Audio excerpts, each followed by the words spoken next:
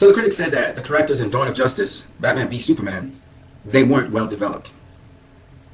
And that's a general statement. We're going to go through each of the characters and we're going to look at their psyche, how they thought and how they moved and how they developed through the movie. Because character development just means more things you know about the characters, right? So let's get into it. Let's start with Batman. Batman, in the context of hope, this movie really did a great job with Batman. He was really well developed. And his inception, they started with his inception. And what's important about his inception? The usual origin story where his parents died is seen there, and we'll say, well, why do we need to see that again? Well, it's very important. And let's just go through it so that you'll understand. It begins with Batman dreaming about himself being in the funeral of his parents. They're carrying the bearers to a place where they could put them in the drawers into a wall. Batman runs off. He's not Batman at the time, he's just a young Bruce Wayne. You see Alfred calling after him and he just takes off like a bullet. This is because his whole world has fallen apart, and that is said in the narration, where things are all together and then they fall down. And then they go to the scenes where his parents were killed, and what's important, there's a number of things important about these scenes. If you look at the scene, you see him accompanying his both parents, he's very happy.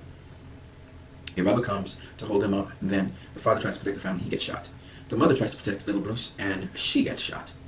And when she gets shot, the world almost stops. You see all the pearls fall from her necklace, and they fall onto the ground, and she's falling onto the ground. And his father calls out to her before she dies, says, Martha. And then little Wayne, he sees his mother's eyes dilate as she dies. So he witnesses his mother's death. While this is happening, when his father gets shot, you see Wayne running without direction, and then he falls through a hole in the ground.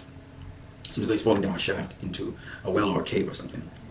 And as he's falling, you see all the little shards of wood and all these other things that are falling with him in slow motion. You witness the death of his father, and then you witness the death of his mother. And it would have been one thing if you witnessed the death of his father, but what was more significant in this whole picture was the death of his mother.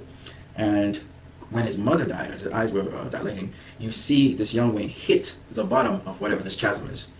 And as he hits the bottom of it, you see him actually clutch with his hands at something. And this is sort of like, some people call it a death grip or whatever, but it's like a clutch to be anchored onto something. His world has fallen apart, and symbolically in this dream, he is basically effectively dead. And so he's clutching at nothing, and he has nothing to hold on to. His world has been shattered. And you see him stare at a crevice in the cave or in the chasm, whatever it is, and you see through that crack there in that chasm, you see that there's another cave, and that cave is full of bats. And the bats come and they become curious, and then they just flood out of the cave, and they go towards Bruce Wayne.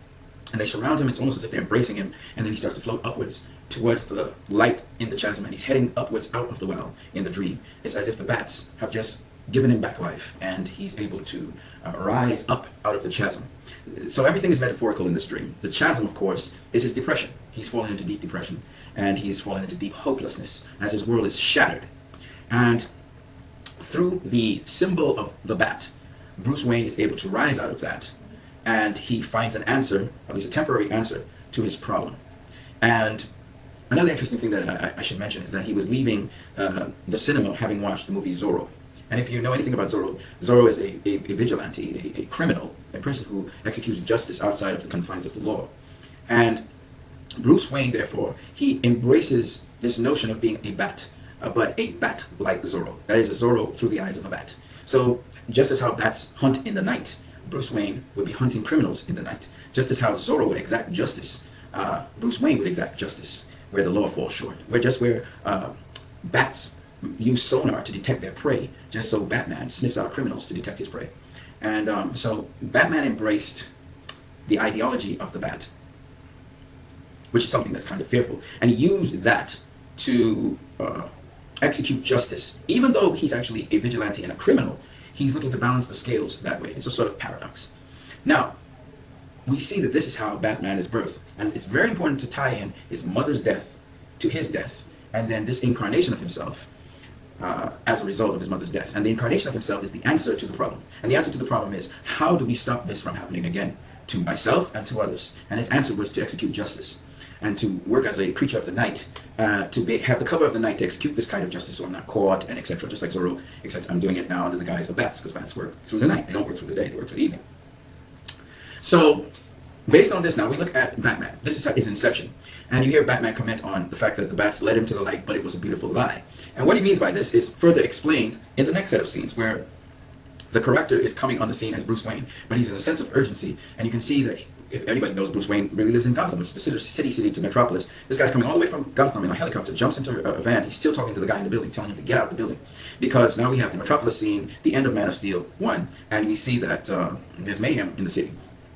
Bruce Wayne is very highly connected to the people in this building. He's so connected to them that he leaves his home in Gotham City to come across to Metropolis to personally be there for them.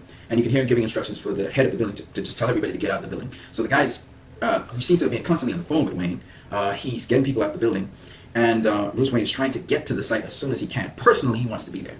And we see that in the end, with collateral damage, a lot of people die, and just some people escape the building, but at the end of the day, the building comes down due to Superman and Zod. And Bruce Wayne is just running into the disaster zone. He's not running away from it. It reminds me of 9/11. It reminds me of Ground Zero, how the building toppled. But he ran straight into it, and he tried to tend to as many people as he could.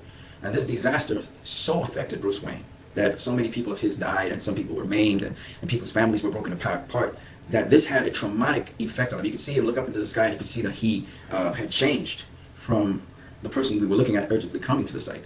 Something changed within him, and this was clarified later on when we see 18 months later, he's operating as the Batman, but he's branding people, and he's becoming extremely brutal. And this is not in Batman's character, right? And this is reminded to us by Alfred, who's saying, this is what we do now, we brand people. And we find out more that Alfred is saying that Bruce Wayne, from that incident, it seems as though he felt fear and he felt powerless as to what was happening, and so he seems to be changing into a very cruel person. He's no longer just looking to execute justice, but now he's looking to just brutalize people. And we can see that later on in the film through some of the action scenes where he's trying to get the kryptonite, and I mean, this guy is just brutal. If those guys in the cars are not dead, they definitely are broken up in a couple pieces. I mean, this guy was extremely brutal. And I've never seen a violent Batman like that. He's just extremely violent. It's almost like he's trying to force his will. And then we hear later on in the movie, as he's dialoguing and you watch his expressions, you realize he's been doing this thing for 20 years. He's lost so many people. He's lost Robin. He's lost people in the Metropolis breakdown. And who knows who else he's lost along the way. And this is a worn Batman who, you can see he has a feeling of hopelessness. And now the opening scene where he said certain things makes sense. That with all his trying to clamp down and bring about justice in the place where he lives, it seems as though things are just the same. They haven't changed. And the people close to him still die. And so it seems as though he's trying to force the world to become what he wants it to become. And so he becomes even more brutal, and he becomes more ruthless. And his anger and frustration is now channeled towards Superman. We learn later on that Lex Luthor is manipulating Batman into thinking that to some degree by reminding him of the disasters and catastrophes that he's faced early in his childhood. I don't know if this guy did a psych file on him, but he definitely psyched out Batman. And in this movie, Batman focuses all his attention on getting revenge on Superman. He tries to rationalize it to Alfred, but Alfred can see that Bruce Wayne, he really wants to basically kill Superman, and he's sort of trying to find any kind of reasoning. He says, Superman can possibly turn evil because Alfred says he's not our enemy, and he's like, well, there's a 1% chance that he could be, and if he is, we need to get rid of him. And also, you hear Batman speak about, intensifying the protection of the world. He thinks he actually believes, he's tricked himself into believing that he's going to do something great to save the world by destroying Superman. So he's thinking kind of like Lex Luthor now. And this character evolves, he becomes more and more brutal.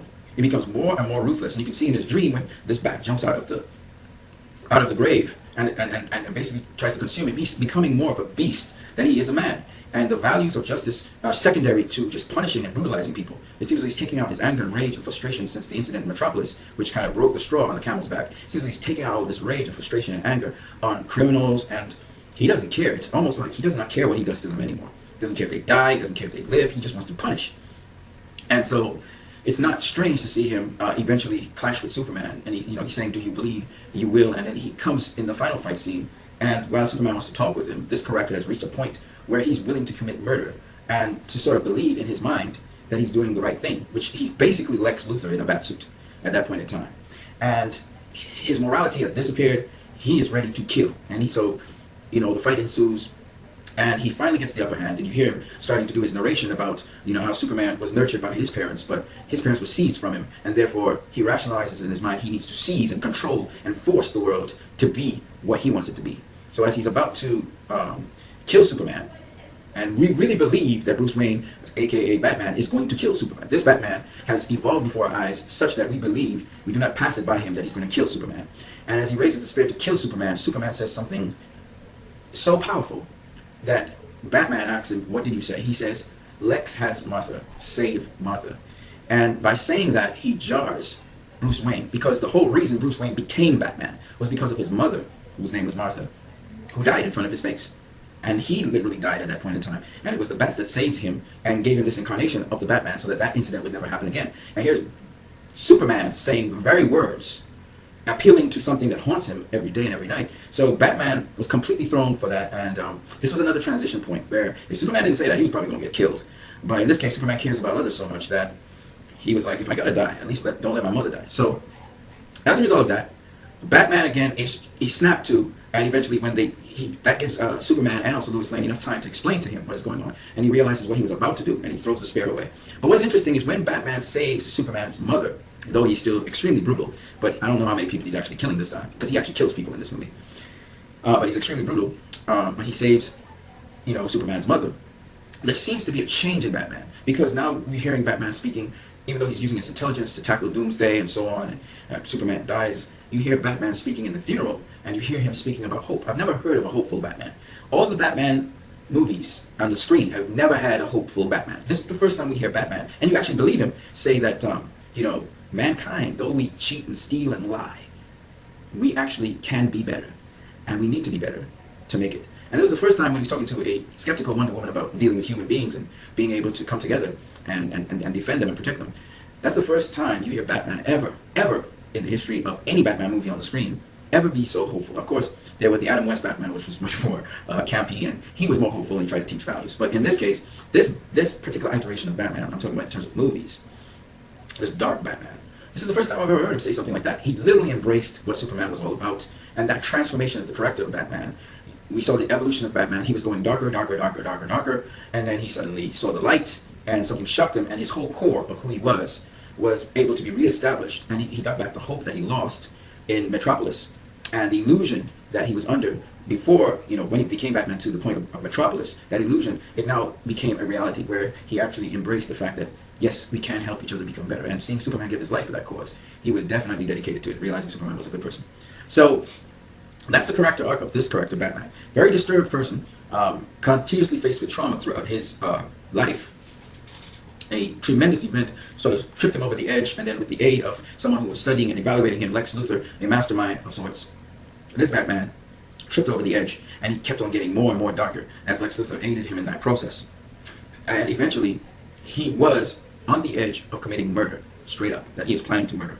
But this character reverses from that based on a particular thing that Superman says to him, which jars him to his core. Why he even, it basically appealed to why he even began to do what he was doing. And that was enough to send him back across the boundary of his moral boundary, and not only send it back, but actually also heal him to some degree in helping to save Superman's mother, who was Martha. And so he was able to also heal himself, and then to move from being pessimistic to someone who was hopeful. So that's basically the character of Batman.